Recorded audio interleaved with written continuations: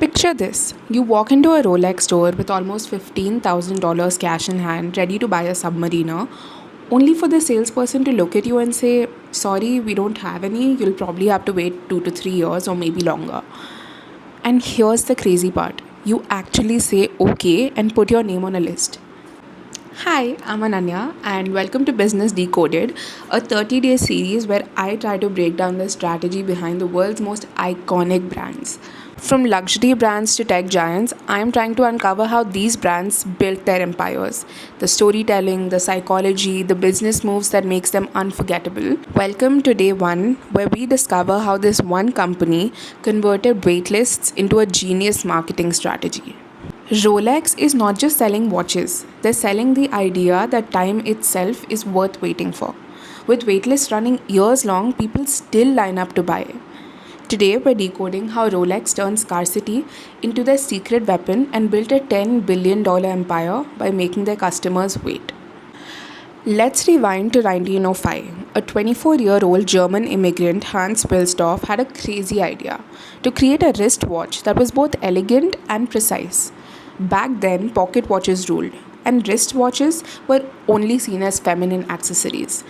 Wilsdorf registered the name Rolex in London, a name he chose because it was easy to pronounce, short, and also looked good on the watch dial. Pure marketing genius since day one. But here's what most people don't know: Rolex didn't just start as a luxury status symbol, it started as tool watches for professionals. The first Submariner in 1953, it was for submarine crews. The GMT Master, it was for Pan Am pilots. And the Daytona, named after the racetrack where speed mattered more than status. So how did a tool company become a symbol of success? Well, the answer lies in the most counterintuitive business strategy. They decided to make their products harder to buy and not easier. Now here is where it gets interesting. Rolex produces approximately 1 million Rolex watches annually. Now you may think this is a lot. Wrong. Industry experts estimate that the demand for Rolex watches is almost 2 million watches annually. So most companies would look at these numbers and think, great, let's increase production and capture the demand. Rolex thought the opposite. What if we kept production exactly where it is?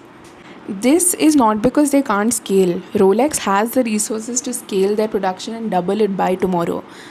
But this is a calculated business decision, and here's why it is brilliant.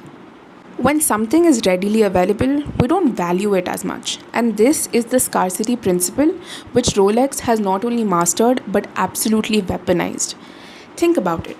When was the last time you actually bragged about buying an iPhone? It took you 15 minutes at the Apple store, and you probably saw 3,500 people using it already. But a Rolex? Now that's a story. The relationship you build with your authorized dealer, the back and forth calls every few months, and that one final call when they call you and say, it's here. That whole emotional journey is part of the product itself. Rolex controls the entire distribution channel through authorized dealers. They don't have online sales, they don't have discounts, not now, not ever. These dealers act as gatekeepers of the brand. They decide who gets which watch based on purchase history and the relationship with the brand. Want a Daytona? Well, probably focus on buying the lesser popular models first. It's like a luxury loyalty program, but in reverse. You have to prove your loyalty by spending money on watches you don't really want.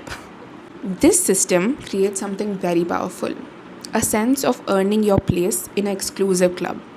You're not just buying watches, you're being accepted into the Rolex family. The numbers tell a story. Even though Rolex is privately held, estimates put their annual revenue between $9 to $10 billion. For comparison, that's more than Netflix or Spotify from watches. But here's the kicker. Their profit margins are estimated at 40 to 50%. Why? No discounting, no clearance sales, no race to the bottom price. When you control scarcity, you control pricing power. And then there's the secondary market.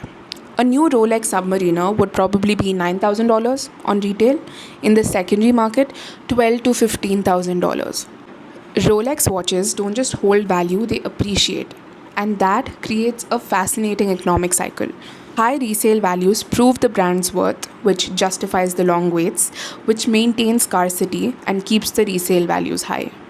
Naturally, Rolex does not just participate in the luxury watch market, they dominate it. Rolex holds roughly 30% of the entire Swiss watch market by value. All their close competitors are literally playing catch up to Rolex's scarcity model. Rolex didn't just succeed with this strategy, they changed the entire industry because everyone wants to do what they're doing. And this has not just stayed limited to watches. This strategy of Rolex has become a blueprint for modern luxury marketing. You'll see brands like Supreme launching exclusive drops, brands like Hermes making Birkin bags extremely impossible to buy. Rolex has achieved what most brands can only dream of. Pop artists name drop Rolex more than any other luxury brand. In movies, you'll probably see villains looking at their Rolex in their hands as the bomb goes off in the background. All these are not just product placements, they're cultural phenomenon and a shorthand for power and supremacy. But yes, this comes with its risks. The younger crowd is becoming increasingly frustrated with the waitlist systems and is moving to competitors who probably offer similar quality without the games. The secondary market is booming and is increasing the prestige of the brand, but every sale made in the secondary market is a missed premium for Rolex. A sale worth $15,000 in the secondary market probably meant only a revenue of $9,000 for Rolex. And let's not get to the risks of the artificial scarcity backfiring.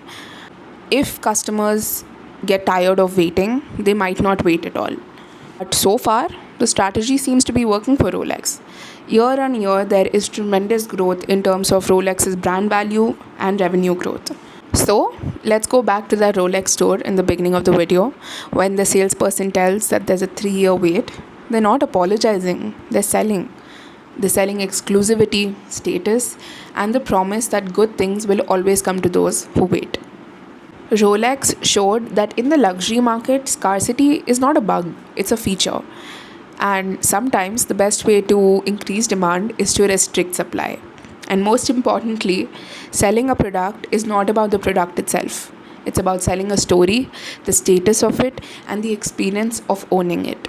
In a world where everything is available at the tap of your finger with a 10-minute delivery or a next day delivery, Rolex makes you wait. And somehow, that makes you want it even more. And that is it for this video. In the next video, we'll be discussing how Cartier turned timelessness into a billion-dollar strategy. But until then, hit like, hit subscribe, and maybe let me know in the comments below when was the last time that you waited for something that you really wanted and waiting for it probably made you want it more. I'll see you in the next one. Bye.